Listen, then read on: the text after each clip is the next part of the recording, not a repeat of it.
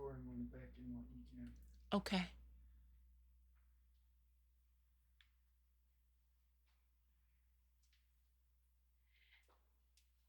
Hello, Lady Dale. All righty. 30 seconds. Okay. Oh, when you have it over there. Okay.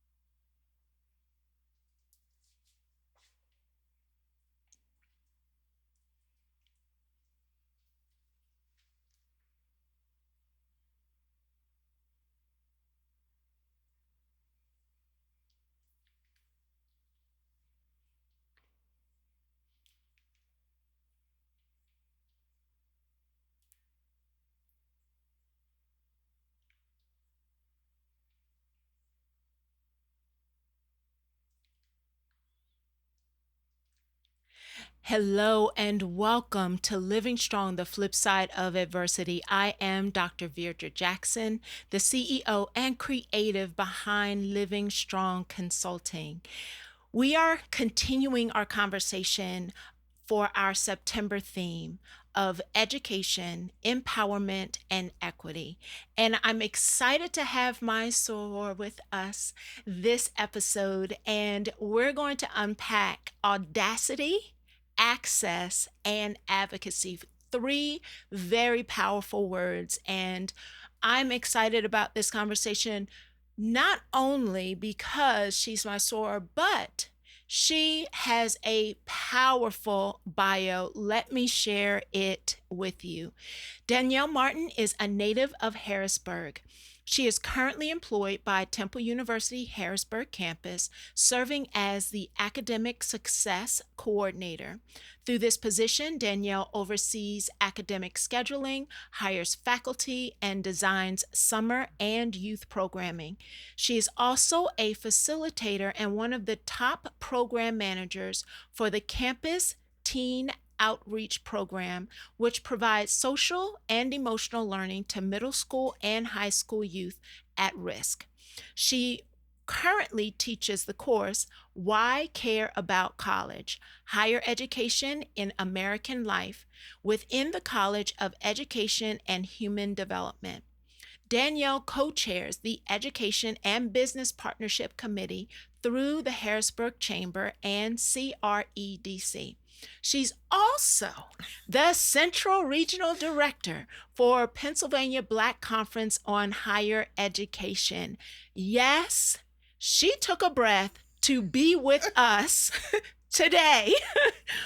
Danielle is very passionate about education, youth, and serving others, and it is echoed in her favorite quote, which reads, "The best way to find yourself is to lose yourself in the service of others."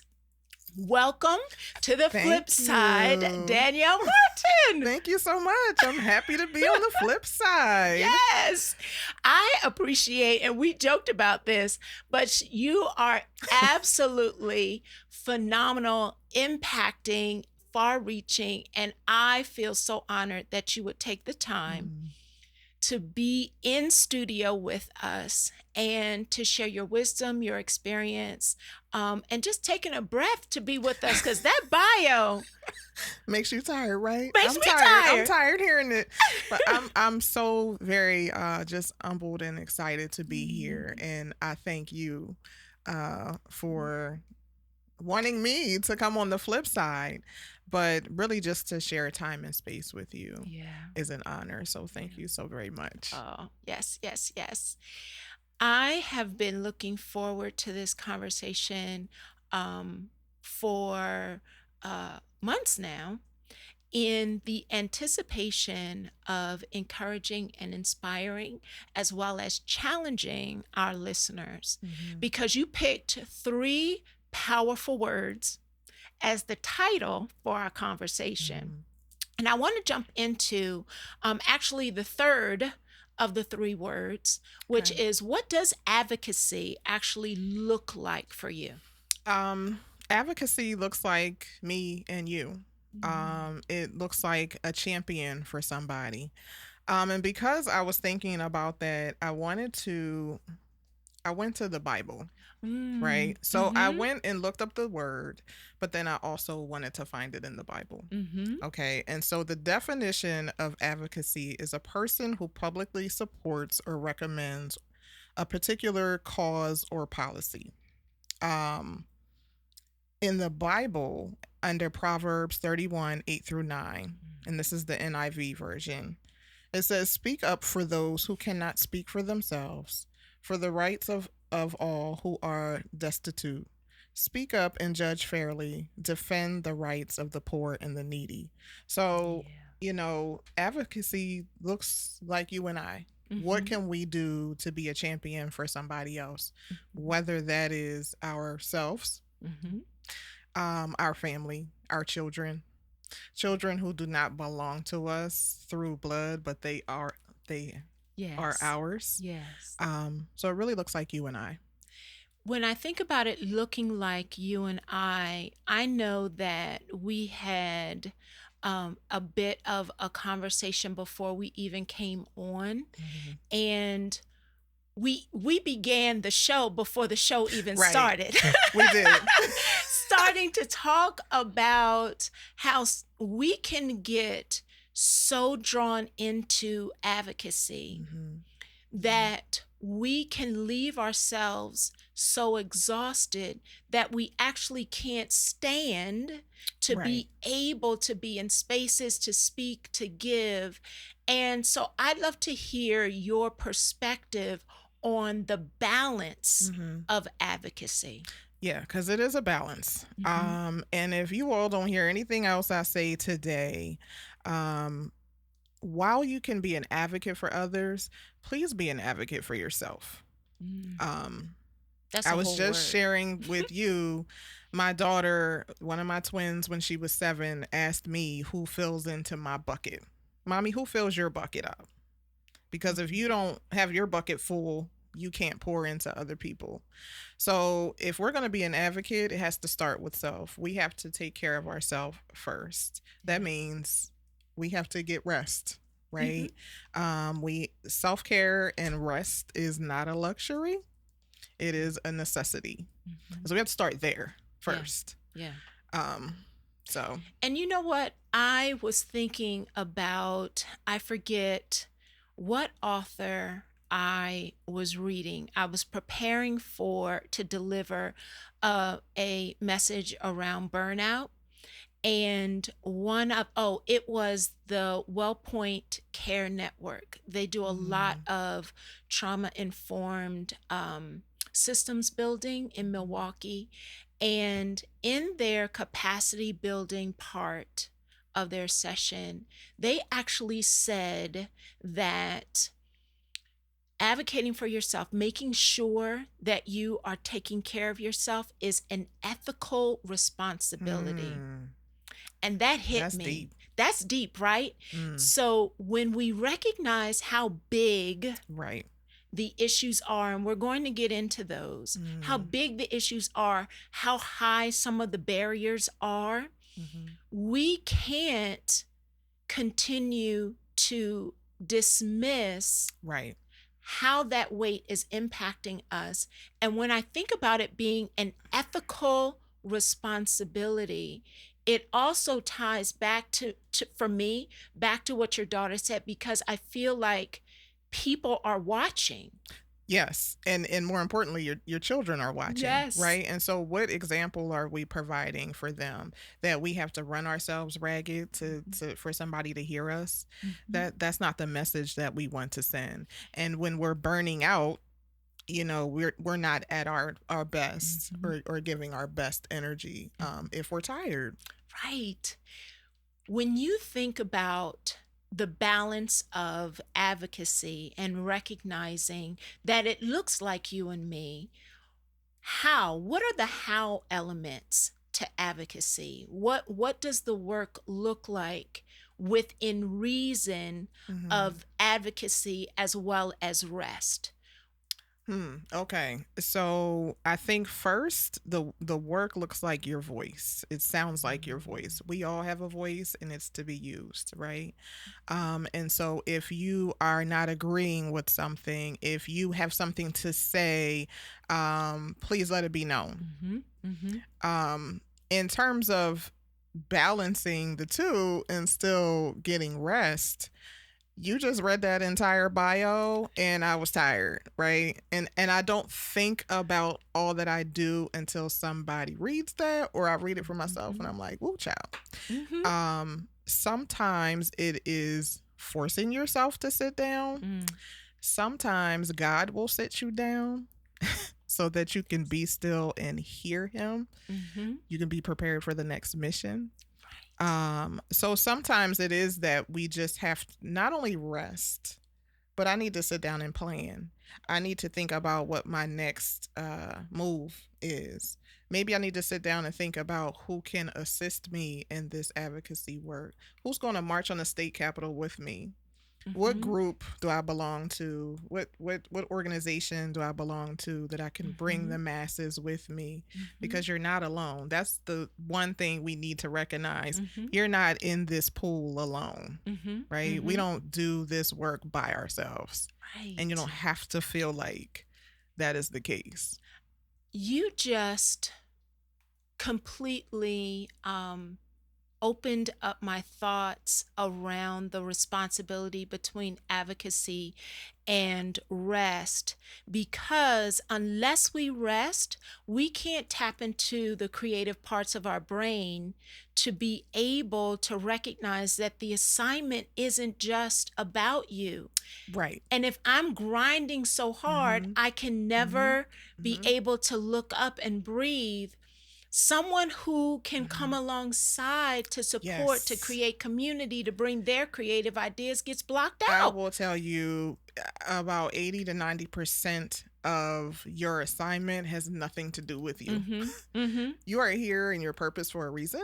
Mm-hmm. And that may be us having this conversation. That may somebody out there hearing this Mm-hmm. conversation and feeling empowered to go on and take a stand on something.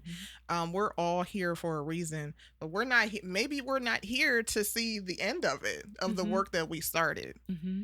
So yeah, it's you're not alone. You're not alone. I feel like someone that really needs to sit and rest with someone, Mm-hmm. that you're not alone, because I think about how it can, especially in this time, there are so many things coming at especially administrators and leaders at one time.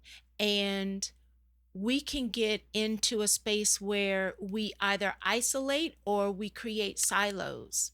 Right. And some of it can be that we are afraid of what people will think if I can't juggle it all, which is a lie. But then some of it also is just that the grind gets so difficult Yep. that I never look up. Mm-hmm. When you think about administrators, those who are, as well as educators, parents, what tips can you give someone as they are walking out advocacy, especially in education? I think one of the first things I'll say is to get involved. Sometimes maybe parents may not feel that their schools are welcoming. Sometimes us as educators don't even realize that we're sending that message. So, how can the parents and the educators come together to create that village we once had long ago? We need that village back. Yeah. So, getting involved, becoming, maybe you're the classroom parent. From there, maybe you, I don't know, go to back to school night. Yes. Maybe you consider running for school board. Yes. Start there Yes. and work your way up. Maybe you have some friends like myself who work in higher education. Maybe you want to advocate for college students. Maybe you want to bridge the gap between high schools and universities. It's really those steps. Or Maybe you want to take the social media and tell people what you're passionate about. Hey, I'm passionate about literacy for students in K to 2 because my child is in second grade, and here are some things I want to share. Yes. Maybe you want to ask somebody else who has either done the work or is just starting the work, because you can always learn from somebody else. So I don't think that there is a specific blueprint. I don't think there's a chart that says, oh, you got to do this first, you got to do this second. Sometimes it's trial and error. Sometimes it's having a conversation with someone who's willing to listen to you. Yes. You know what? You just there are so many things. I don't even know where to begin. You just had my brain go bing, bing, bing. So I'll start with the end thing that you said that just resonated with me. And this might get us going. Okay. But so I a blog that I just did, I contributed to. I just posted it on my page of Freedom Writers Collaborative. And in that piece, I challenged that in one of our episodes with Keith, he challenged listeners to don't waste their yes. And we say yes to things, but sometimes we squander the yes. And one of the things that I said in the blog is every table does not deserve your time. And we get discouraged because we're sitting at a table that isn't listening, but they don't actually even deserve your time. They don't. So get up and find the table that will listen. Get up, and you have to know where to set your place at. Yes. And sometimes we waste our yes because we're so exhausted that you can't fulfill the assignment because you are trying to rise up against resistors that aren't ready for it. And you're missing people. Completely missing it. Who are actually on the fence and just need your insight to be able to move with you. Right. Which goes back to the resting point, right? Because that's when you replenish, that's where you refresh, you recharge, and you refocus on what the plan is. Yes. And we can't do that if our nose is so to the ground or so to the grind. I know that we are grinded, a hustle culture, but there's an opportunity for us to take a breath and take a beat and look up and recognize that your assignment is not exhaustion. There are no awards. There's no badge of honor for being burned out. Yes. Yes. I feel like we just I wish we all knew that. I wish we found that out earlier. There have been people who have been sent to the hospital, have health conditions because they go so hard, but they won't have a seat. Sometimes we need to have a seat. And that leads back to the other part of what you were saying that just awakened my soul. I was having a conversation with a coachee earlier in the week, and we were really unpacking lens on equity. And as we were talking about how marginalization, actually, if you look at the research of what sustains and perpetuates poverty, there are 4 categories that do it. And across each one of the categories, the first thing is racism. And we were talking it through, and she sat back and she said, this is just so big. I just feel like, what use is it? But what you just said was, start where you are. That's it. Start small. Start right where you are. If we all did it. And don't get wary, and because you can, but start where you are. Start with what you have. Then the network. This is one of the things I teach young people when they come to my camps. You have to learn how to network. So your network is your net worth, right? You are now somebody who is in my network that I can lean on to say, hey, Dr. J, I don't know about this, and this. Could you help me walk me through that? That's the purpose of a network, a resource, so you don't have to do it all and become overwhelmed. I did not learn the power of network until my 40s. I was late. I was late to the table, but I think it's powerful that you are teaching young people when they're hitting the college campuses and actually educating them on the importance of networking, how it's tied to your net worth, and that the biggest things that happen actually come out of relationship. Yes. And so that aligns with them eventually becoming an advocate for themselves, right? So we learn how to network. I teach them how to do an elevator speech, how to look somebody in the eye, handshake, firm, all of that. Be very confident in who you are, what you bring to the table. You're advocating for yourself so that years down the line, when you get into college, you get that job, you can walk into a room and own it. These are the things that I need to make me a successful employee. These are the things that I need to make me a successful student. Because there are a lot of college students that come to college that can't advocate for themselves because they're used to their parents doing it. They've seen it and they want to try it, not sure what it is, don't know where to start. And so I try to start them in high school, so that they have that, at least a little bit of that. Yes. But I have coached grown women around what is it that you need? What is it that you want? And have heard crickets. And so learning how to advocate for yourself, especially as you talk about from high school, from middle school, learning the elevator pitch, the 2-minute pitch of what is it that you need and how do you want me to take action to support you in it, is a powerful tool. You've heard crickets because that's such a challenge to do. If somebody asks us what we want for dinner, it's like, oh yeah, I don't know. Yes, right? But I can say to somebody else, oh, girl, I'm gonna make you a ribeye steak with some asparagus and some garlic mashed potatoes, and you'll be like, yes, that's wonderful. But we can't do that for ourselves. So we need to practice that. Yes. What that question that you ask them, what is it that you need? That is so very important. And in terms of education, what is it that your student needs that they're not receiving from the school? What is it that you need from your elected officials that they're not delivering upon? Because here's another A for you.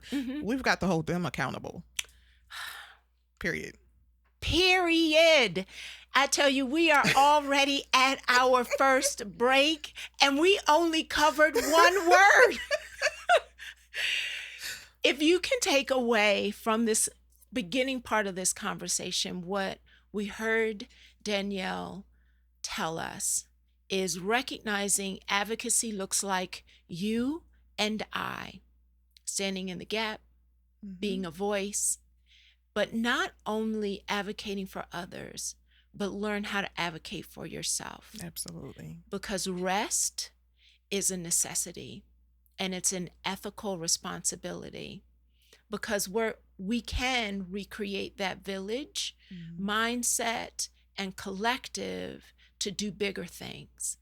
So when we come back from this break, I tell you, y'all better hold on because we only covered one word. When we come back from this break, we are going to, I believe, jump into Audacity. And I'm looking forward to listening to what Danielle has to offer around what we should have the audacity to expect and to even ask for. So we will be right back.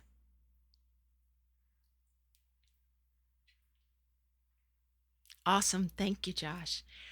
Hello, Facebook community. Oh, y'all are here. All righty. All righty. Well. Look, I've got Oh, lots of hey, stuff I have Facebook. missed. Hello, Nancy. Hello, Trey. You know what, Trey? When she talked about literacy, I immediately thought of Mr. Lit. He has this entire Oh, literacy. Mr. Lit, I love that. Yes, he has an entire literacy platform, and is doing huge things advocating for the access to reading skills that Mm-hmm. actually meet children where Where they they are. are. So Mm. yes, Trey, I'm so glad Yes, you're Mr. here. Lit. My I was a first grade teacher, so that is speaking to me. Thank you Mhm. for what you do, Mr. Mhm. Lit. Donna, hello Donna and Esther. Hello Lady Dale. Remember to be an advocate for yourself. Timely reminder. Exactly. Cheryl, hello. Cheryl is in here. Oh, Dale is. It is important for us to remember not to try to do the work alone. We can't do it alone. You'll wear yourself out every time. Mm. And Nicole, hello, Nicole. And who else is here? Esther, I see you. You guys are in here. Hello, Dr. Curry, a fellow. Dr. Curry. Yeah. Hi, Dr. Curry. I love Dr. Curry. 10 seconds. Facebook, put your questions in the chat.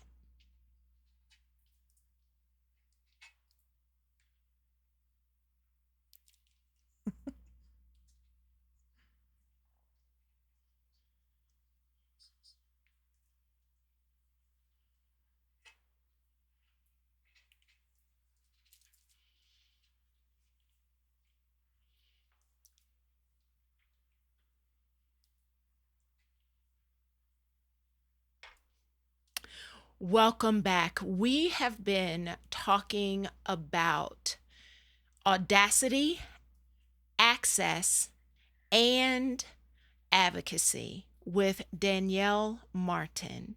She has already unpacked advocacy to its ultimate point. If you missed the beginning of the conversation, make sure you catch the replay.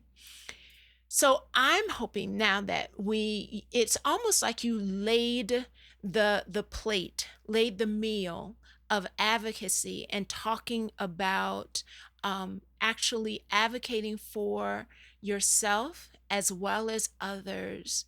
And so I'd like us to kind of walk into audacity. Okay. You chose the word audacity Mm-hmm. for the title, for one of the Mm-hmm. words in our title. Tell us why that word. I chose that word because it means to be bold. Too many times when we think about that word, it has a negative connotation around it. And, just think about the conversations you have with people. Girl, she had the audacity to. No, she didn't. Mm-hmm. So when we think about advocacy, I want you to be bold in what you're chasing or what you need. Yes, I'm standing up for literacy for my children. Yes, I'm standing up for college access for students who are coming to college. Yes, I want equity and I'm here and I'm audacious about it. Mm-hmm. Yes, I have the audacity to stand in your office as an elected official and bring my list of demands.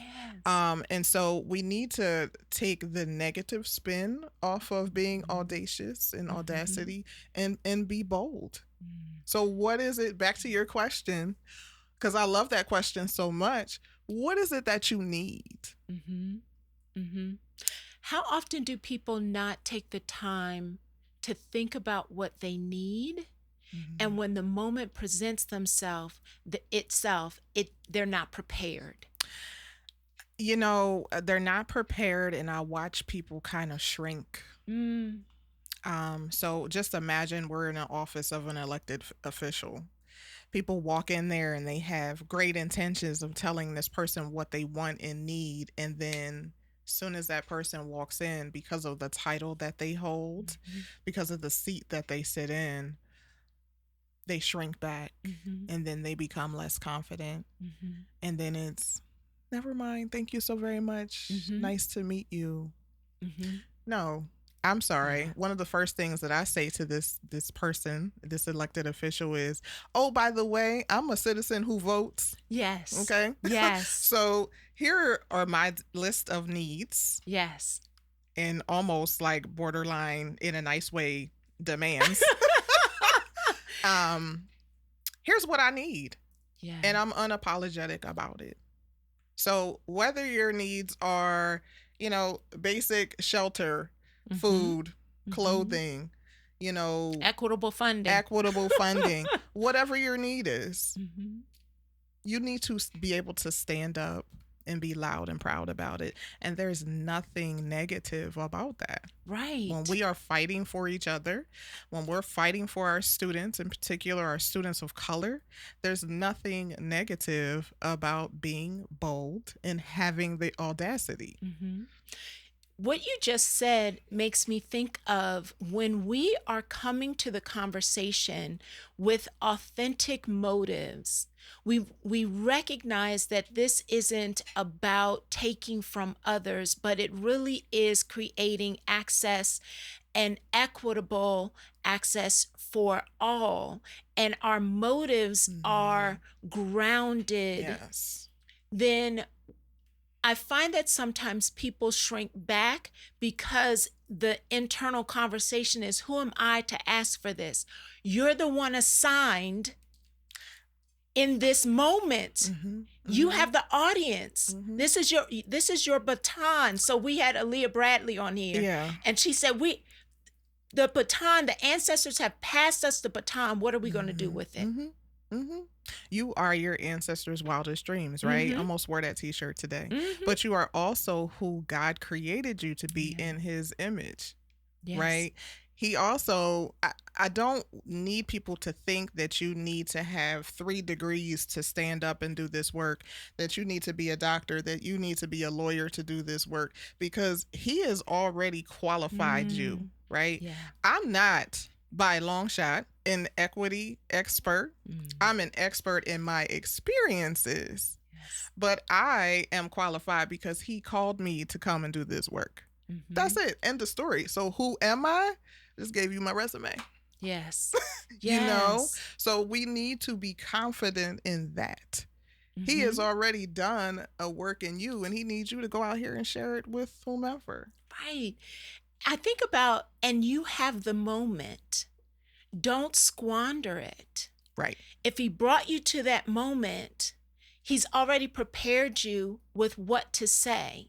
So if we recognize that you are worthy because the moment was given to you, don't squander it, because there are children and families and communities who are depending on the fact that you have the audience right now. What are you going to do with it? I'll tell you something, share something that my pastor shared with me. I am just almost to the end of my doctoral journey. He said to me, and I don't even think he realizes how powerful this statement was, but he said to me, Danielle, you need to finish. Somebody is watching and waiting for you. That right there. So I share that with the audience. Somebody is watching and waiting for you to make the next move. So when you think about, and you've mentioned them a couple of times, and I think you've already given us some strategies. So I just want to make sure that we completely flesh them out.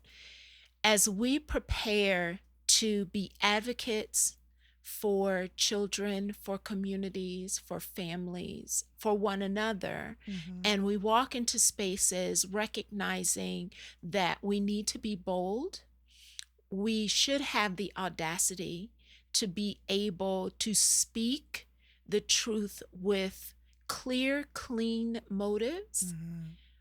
What would you say to those who are getting prepared to advocate before elected officials, Mm-hmm. how should we hold them accountable for doing the right thing? Mm-hmm. So I'd say the first thing you want to do, we talked a lot about resting, and in that resting period, how you're able to just think through. So I would say the first thing you want to do is develop a plan of action, right? You want to think about what it is that you're advocating for. The last time I was at the state capitol, I was advocating with a group, and we were advocating for them to, or us to be able to diversify the educator workforce, right? So what is it that is important to you? Oh, so important to you, right? You need to know that. If you have any type of statistics, one of the statistics we shared with them was about 94% of the teachers in the state of Pennsylvania are not of color when Yeah. most of your students are. The Okay. demographics. So it was very important for us to share that statistic with them and for to let them know that a little unbalanced here. Um, if you're talking to somebody who is your representative, or they're in your township or whatever seat they hold, be able to say something to them about your township or your area. You know, I don't know, there's potholes on 17th Street and I got two flat tires because of it. You know, so Yes. personalize it. You want to walk in with at least maybe 3 to 5 points that you're really passionate about. Leave your and I say 3 to 5 points because sometimes these folks don't have a lot of time, and that's one of the first things that they'll tell you. Hey, how you doing? I don't have a lot of time. So if you have everything on a piece of paper and it's written down for you, so that you don't lose your train of thought, you can leave them your contact information. And then I also loved, again, to let them know, hey, just want to let you know, I am a voting citizen. Yes. So that if they say anything sideways, let's keep it real, I'm gonna go share it with my friends. Yeah. Yeah. So we have to be able to hold them accountable. They're a person just like we are. Here, in case they forgot, here are the things that the platform that you ran on. Here's what you said you would do. You've been sitting in this seat for 25 years, and where are we? Where are we with that? So don't be afraid to challenge them and ask them questions. Either they're going to answer you or they're not. And a lot of times the answer that you're looking for is in the action or lack thereof. Yeah. So have a plan, know your numbers, and be succinct, to the point. I think those are 3 powerful, simple steps that we can all remember and walk into the opportunity to have the audacity to have the conversation, because I'm curious about your third word, which is access. As we hold people accountable and we are advocates and we have the audacity to actually ask for what we need, why the word access? Access because everyone deserves access. If you don't hear anything else today, I need you to know that your zip code does not define the level of access you receive. Oh, you need to say that again. Your zip code does not define the level of access that you are to receive. So we need to understand that, and they elected officials need to know that you understand that. You need to let them know that. So access to me is extremely important. Is the playing field level? Do we all have a chance? Do we all have a chance to go to college? What does that look like? Are there scholarships available? You know, all the things. But the playing field needs to be leveled. Period. What are you most concerned about when we are talking about young people coming out of high school into higher ed and this whole conversation of access? sometimes they don't realize what they have access to, whether it's resources, whether it's still scholarships that they can apply to or apply for while they're in college. Sometimes it's just back to the network, knowing the right professor or the advisor to go speak to. Oh, go talk to Miss Danielle. She can, sometimes it's that. Sometimes they're still very uneducated about financial aid and what what it looks like, how much it's going to cost for them to remain there. So we need to be able to get our students plugged in with the right resources.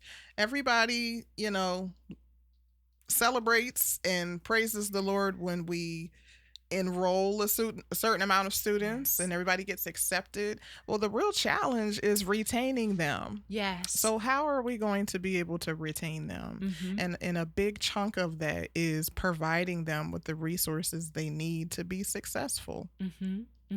So folks like myself, we need to sometimes step in those gaps and say, hey, I have something for you. Come see me after class. Again, you went right back to relationships again. Relationships are so important. How can we actually get young people to understand and begin to advocate for themselves? What are some things that we can teach, use, build upon? So I'm just like everybody out here watching or listening to the show. I have two 17-year-olds and I'm teaching them this right now, right? Oh, so you want to go to the movies with your friends on Friday. Okay. What are all the details? What do you need? What do you need? Right? It's our question. Getting them. What do you need to be able to do that? Oh, so you need money.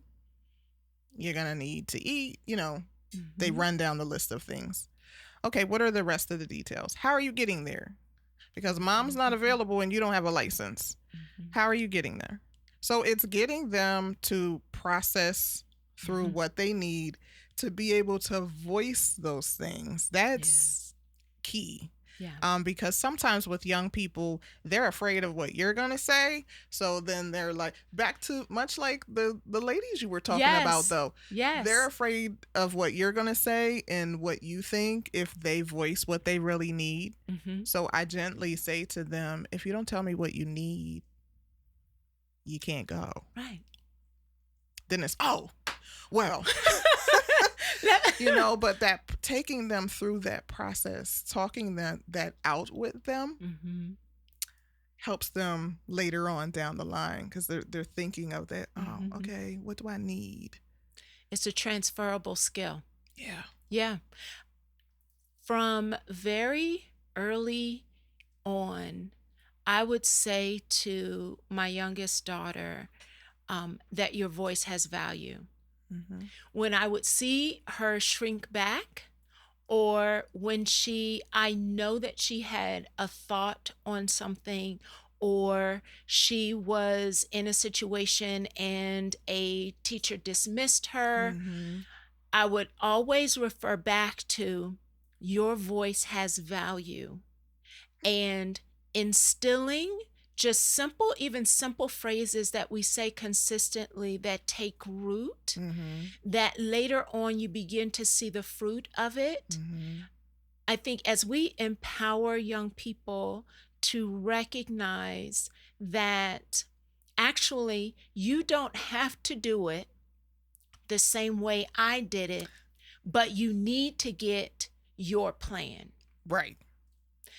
They have access to things and are able to do things that I never had access to. But am I, as a grandmother now, am I encouraging them to be creative and allowing them to do it differently, but to get to the same end? What are some of your thoughts about how we can encourage young people to really tap into their creativity? I think and we're actually discussing this in class right now. So I think one of the things is to help them change their mindset. Again, because we're talking about audacity and the negative connotation around that word, let's change your mindset and let's change your language. Let's change how we speak to one another. Let's change how you speak to yourself because that matters and what you believe. And I think there you will experience growth. So go back to your question for me because I So just went off on Professor but no, Martin. you didn't. No, you didn't, because I completely received that, because you said it starts with their mindset. And if we can, which actually speaks to, we had a guest, and I've referred to him a couple of times, Javon Wooden, who in his teen years was incarcerated, but now speaks on platforms all over the world as a military veteran. Wow. And an awarded military veteran who has served in Afghanistan and has received medals for his service. And he said when he was incarcerated, the only thing he thought he could do was steal. It wasn't until he encountered someone that helped him realize that he actually could create. So stop right there. Yes, I'm ready. That person was an advocate. That you better bring it to, I see you. I see you. Where's the tambourine? Yes. That person was assigned to him and pulled that out of him, right? So anybody can be an advocate. But he also changed his mindset and also changed his language of how he spoke to himself. Look at him.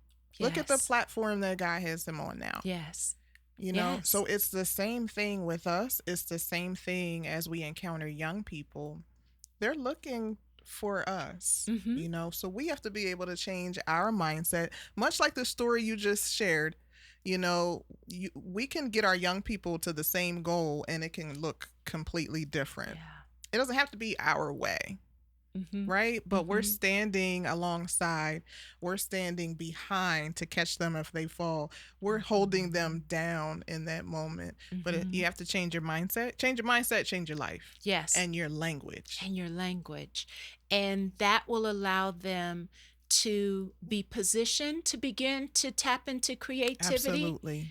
Creativity. I think about how we're struggling right now with the mindset and the pain of young people who can't see beyond feeling isolated or feeling lost, and therefore are acting out of their pain in our streets. And as advocates who must begin to have the audacity to fill in the gap and offer access to more than pain. Yes. Ooh. Oh my. my. So we also have to lead by example, right? And so I'll share that you know, COVID, all the things just happened. I went through intensive therapy. Talked to my daughters about it because it is something that they should know that is available to them. Had them go through. Now that was a year and a half ago, 2 years ago. And my daughter just said to me the other day, you know what, Mom? That's how she said it. Shout out to you for letting me know that therapy was a thing and like allowing us to go. So we have to be that example. And sometimes that comes with a level of vulnerability that we don't always want to show. But look at the blessing in it. Right. You know, so that reminded me of what you just said. And then another thing in class, we're also talking about a growth mindset versus a fixed mindset. We are discussing how sometimes receiving grades may speak a certain language to you. And so we watched a TED Talk. I can't remember the name of the woman who did the TED Talk right now, but she talked a lot about saying putting on young people's papers, not yet. Yes, I remember this TED and Talk. Just letting the student know. Rita Pearson. Haven't quite mastered that yet. And that's okay. Mm-hmm. That's okay. So sometimes we have to be okay with not yet. So no, we're not going to go outside and be Danielle, the greatest advocator, after I listen to this show. You have to get there step by step. Yes. And there's no level. You know, not one thing is important than the other. Writing a letter to your elected officials is important. Yes. Showing up to their office is important. Showing up to your child's school is definitely important. All of those things, that's advocacy work. You're already doing it. And if we did not dismiss the small things, then we wouldn't have gaps that are now feel like you know, Grand Canyons. Right. What would you say are, or how can we make sure that young people who are operating out of a place of pain right now, how can we make sure there is access and equitable access for them? Wow. So immediately when you started talking, I thought of mentoring. And that can come in within or with, you know, outside of the school. Where are the resources? Are the resources in the school? Can we link them up with a school-based person? Can we link them up with a community-based organization? How can we pull the parents in? Because sometimes the parents and the educators are not on the same page, and that leaves a hole for the student. Right. So how can we become, you know, one so that we're on that same page? But at the end of the day, I think it boils down to resources, but we have to have the access to get the resource. Right. So even if you don't have that access or resource at your fingertips, who do you know? I'm always thinking to myself, who do I know that can help me with XYZ? So don't be afraid, again, to call on those people, because that may be their assignment to get you to the right place or meet the right person at the right time. Sometimes that's the way it happens. In one of his sermons, T.D. Jakes one time said that it's actually not resources that stop people, it's their resourcefulness. And you just gave a perfect example of that.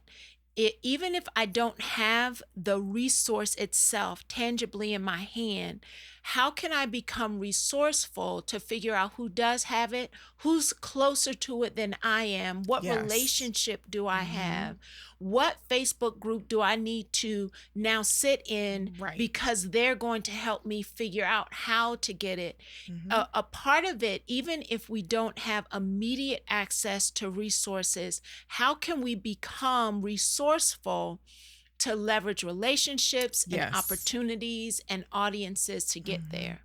And going right back to what you said, hold key people who are holding on to resources accountable. Yes. Oh, Danielle, I can't tell you, I can't believe we are already like 3 minutes away from the end of the show. And I want to make sure that we talk. There are 2 organizations that were mentioned in your bio. And before we end this conversation, I'd like for you to tell us a little bit about both of them. 2 organizations that are near and dear to my heart. I'll start with what we call BACI, Pennsylvania Black Conference on Higher Education, that I am now the Central Region Director for. So there are 3 regional directors. So I am over the Central Pennsylvania region. The reason why this organization is very special to me is one of my mentors, and yes, if you're a grown person, you need a mentor, okay? One of my mentors exposed me to this organization at 15 years old. Because of her, I had the opportunity to go through what we call SLDI, which is the Student Leadership Development Institute side of the professional side. So there's a professional side, and then there's a student leadership side. I had the opportunity to go through that leadership institute as a 15-year-old, and then again when I got on a college campus. So, see, it was somebody's assignment to pour into me. Somebody saw something in me way back then, okay? To now be a regional director in this organization is huge to me. And so we are an organization made up of professionals of color that work at institutions all across the state, colleges and universities. This organization was founded by K. Leroy Irvis, who was the first Black Speaker of the House of Representatives. Yes. So, all the feels, right? All the feels. So you know how much this meant to him, and we are still 50 years later going strong. Yes. So that's one organization. The other organization is what we call PEDC, which is Pennsylvania Educators Diversity Consortium. And we are the group who went to the Capitol and basically told them how we felt about diversifying the workforce. So we're dedicated to diversity, inclusion, and diversifying the teacher workforce through the state of Pennsylvania. Two powerful organizations. We have about 30 seconds left. How can people follow and support you and the work that you're doing? How can they follow and support any upcoming events? Where can they find you on social media? Oh, wow. I'm just Danielle Martin on Facebook. I am at Miss Danny _2 on Instagram. And if you look up PEDC or Pennsylvania Black Conference on Higher Education, either one of those on social media, you'll be able to find those two organizations and follow them. Thank you. Thank you. Thank you. Thank you. This has been a powerful conversation off of just 3 words. We only had 3 words. Audacity, access, and advocacy. And I feel like we touch the lives of educators, parents, students, all of it. And so thank you so much for being a part Thank you for having me of this flip side conversation. So those of you who are tuning in every week, same time, same place, we will see you next week on the flip side.